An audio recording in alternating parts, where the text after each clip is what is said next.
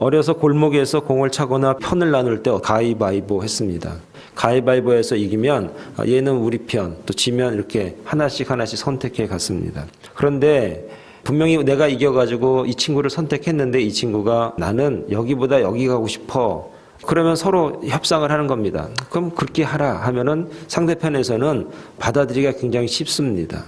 오늘 본문의 골로새 2장 6절에 보니까 그러므로 너희가 그리스도 예수를 주로 받았으니 할 때 이 받았으니라고 하는 그 내용의 의미가 바로 기쁨으로 감사로 받았다라고 하는 의미가 되는 것입니다. 오늘 바울 사도는 골로새 성도들에게 너희들이 억지로 주님을 모신 것이 아니라 너희들이 원했기 때문에 주님을 받아들인 것이다. 은혜를 사모한 것이다 라고 말하는 겁니다.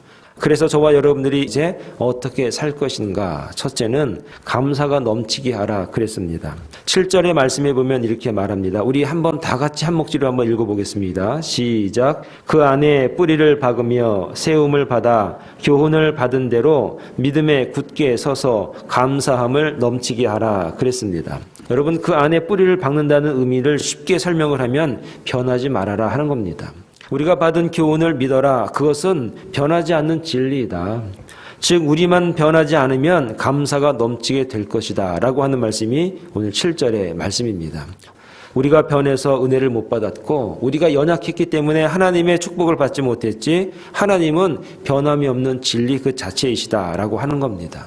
사랑하는 여러분, 2017년도 시작했습니다. 정말 감사가 넘쳐나는 한 해가 되기를 바랍니다. 어떻게 하면 되는가?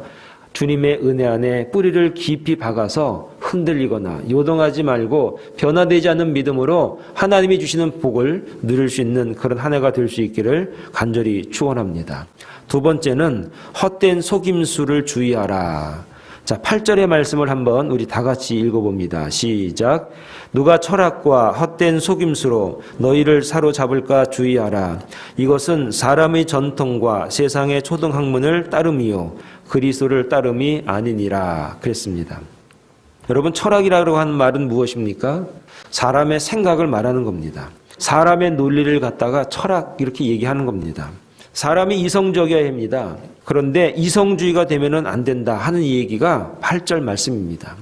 사람이 이성적이라고 하는 것은 무엇이냐? 어떤 일을 당했을 때, 어려움을 당했을 때 그것을 냉철하게 이성적으로 판단해내서 빠르게, 재빠르게 대처할 수 있는 그런 방법을 말하는 겁니다.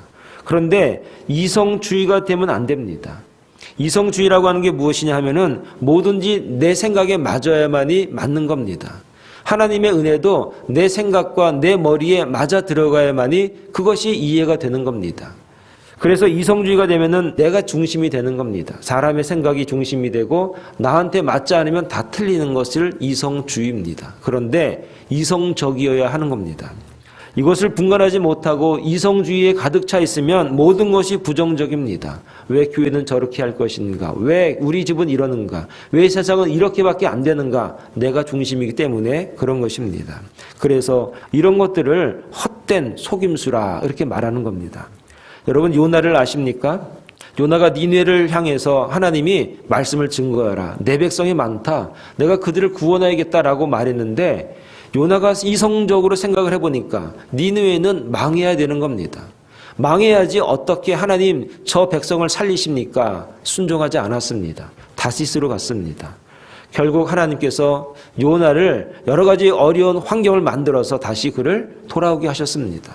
이걸 갖다가 이성주의라고 말하는 겁니다. 하나님의 입장은 구원을 하는 게 하나님의 입장입니다. 하나님의 마음은 살리는 게 하나님의 마음이셨습니다. 그러나 사람 생각은 심판받아야 되고 나쁜 사람이고 구분하고 판단해서 이성주의로 꽉 차서 사람을 경멸하고 싫어하고 나쁜 사람은 나쁘고 망해야 된다라고 생각하는 것인 것입니다.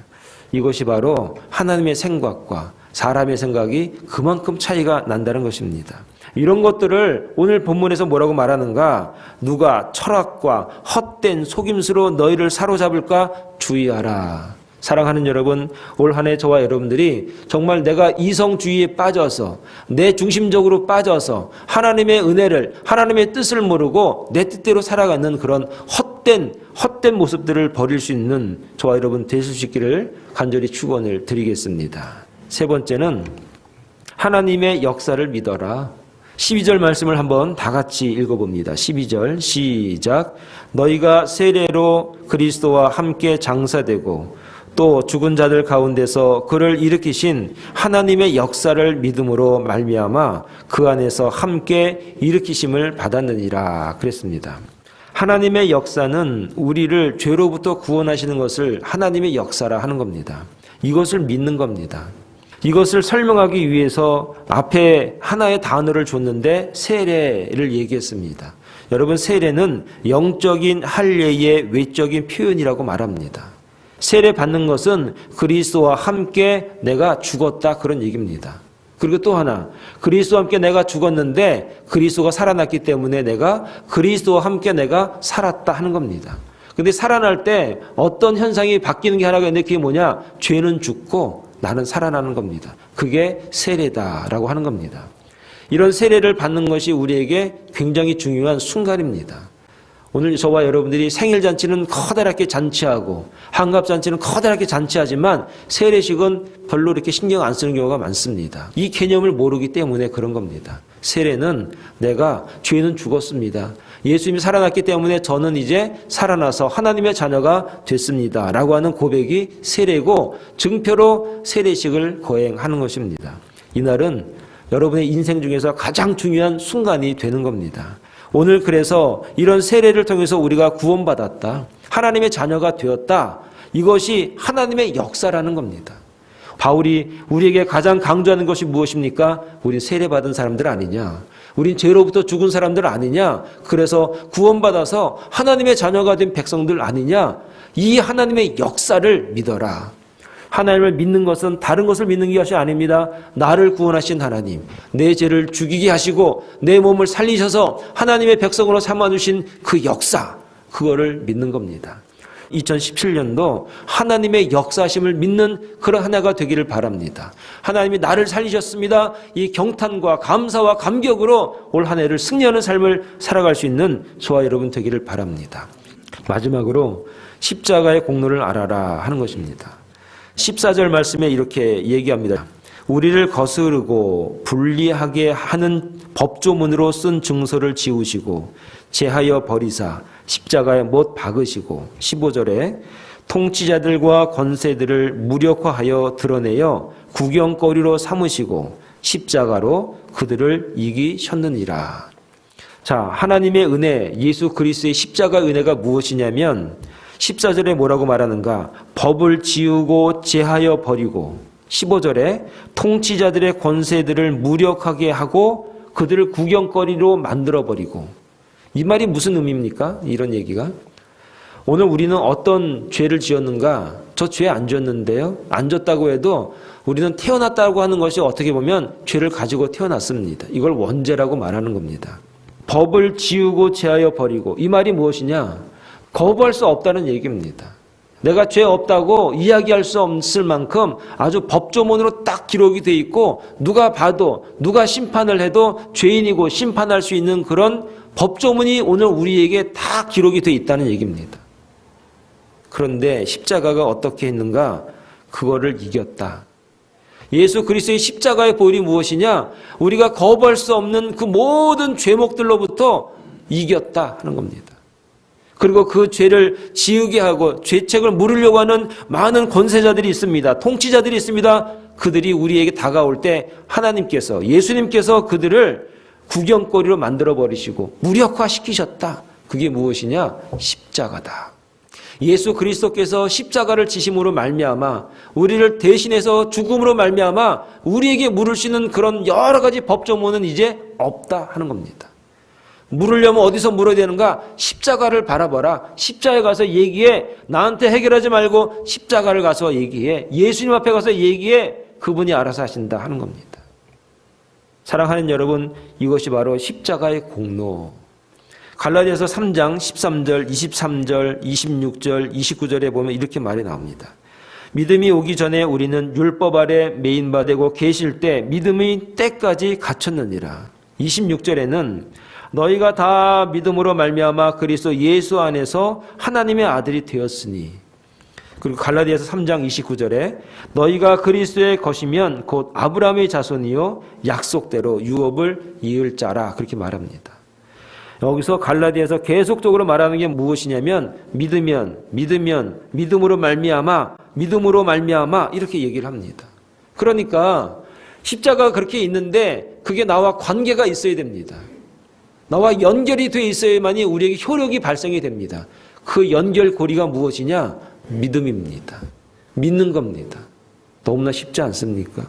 너무나 심플하지 않습니까?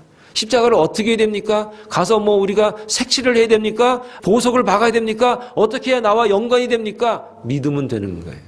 그 십자가 때문에 제가 이렇게 거룩한 백성이 되었습니다. 예수님 때문에 제가 이렇게 구원받은 백성이 되었습니다. 크리스찬이 되었습니다. 믿습니다. 사랑하는 여러분, 2017년도 우리가 할 수 있는 게 무엇입니까? 믿는 겁니다. 예수님을 잘 믿는 겁니다. 십자가의 공로를 인정하고 그 십자가 때문에 제가 구원받았습니다. 믿는 겁니다.